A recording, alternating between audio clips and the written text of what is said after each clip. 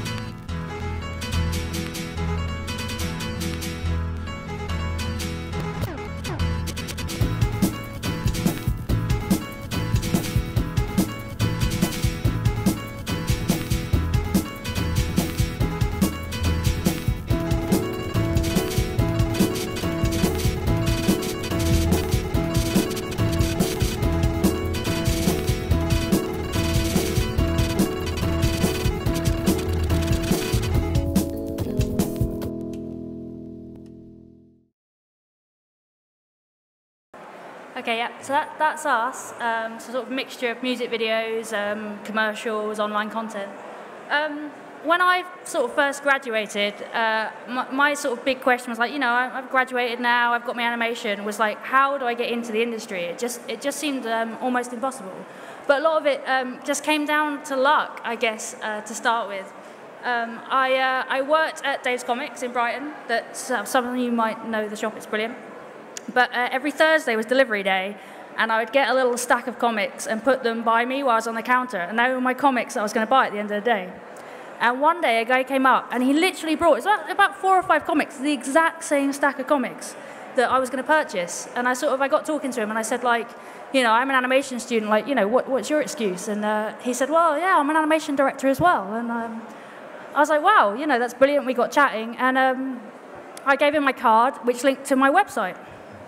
And he checked out my work, and a couple of weeks later I got an email saying, well, look, I work at this company called Nexus Productions, which is a big animation studio in London. He said, why don't you come up and we'll talk about giving you a work placement.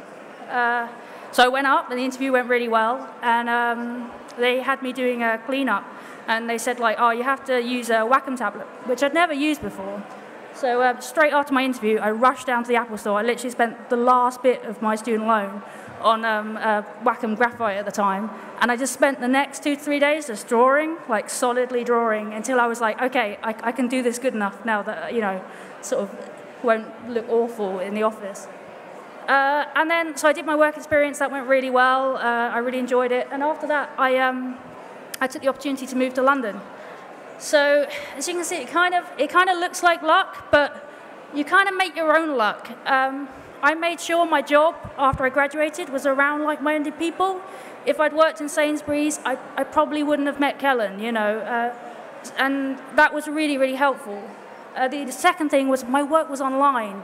So many students say to me, oh, I haven't put it online yet because, like, it's not ready, or I'm doing something better now. If I can't see your work, I cannot hire you. It's just as simple as that. Like, put your work out there. It's far better, you know, that I see something you've done and understand where you're coming from. Even if you come to my studio and then you can show me what you've been doing recently and it's even better, brilliant. But I need to see your work. The next thing is work placements. Be willing to work for free while you're still learning. It's really important. Like, I worked for 6 weeks at Nexus, like doing cleanup. They paid for my expenses, but that was it. You know, luckily I was still living at home at the time, so I could afford to do that. But it's so important. While you're still learning, be willing to work for free. The second thing is, don't be scared to learn new skills. I really couldn't use a Wacom. I was so petrified to use this Wacom before I started out. And that I realized that's why I'm going on work experience, is to learn how to do these things. So, you know. Oh, and the other thing is, make the most of an opportunity. I could have easily, like, came back, taken my job back at the comic book store, because I loved it there, and just thought, oh, I'll sit around and wait for the next, like, you know, thing to come up. But I didn't. I packed up my bags and I just moved to London, and it was really scary, but it started my career.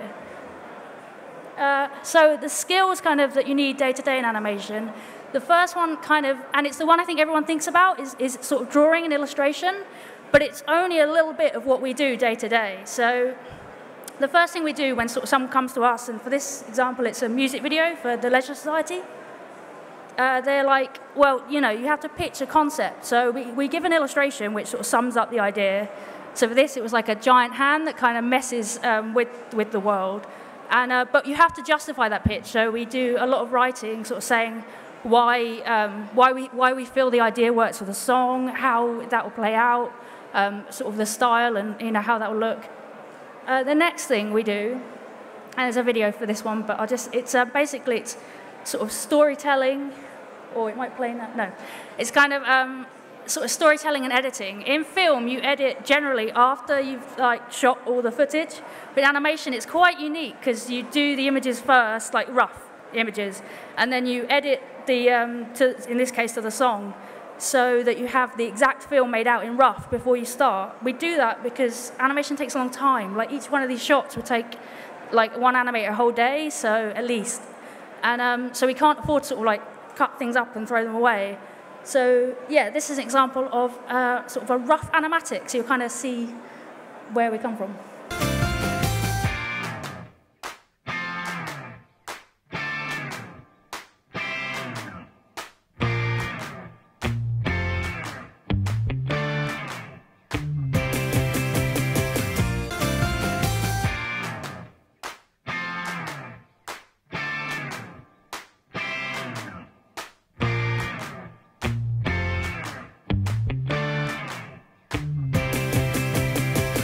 Okay, so that gave you a good comparison between the rough animation and then the final animation. So when we come to do the final animation, one thing I think a lot of people don't think about with animators is sort of performance. A lot of the time, for on this one, there was 4 of us animating, but the hand remains the same character throughout the film, so we have to have a sort of consistency of sort of personality. So you end up turning around a lot and saying, oh, would the hand do this? Is that too aggressive? Is it too soft? And you essentially, you find yourself, animators tend to like make weird faces at their desks a lot, and we're just acting out the scenes and really thinking about like that character. And that's a massive part of what we do. If your performance is rubbish, like if an actor's rubbish, then it doesn't matter how good the drawings are, it doesn't work, you know. Yeah, and sort of lastly, I guess, the name talk, why I love animation. I love bringing characters to life. It's really fun. It's a really unique thing to be able to do, sort of take something that's just a still object and then sort of project personality and character onto it. So yeah, that's it.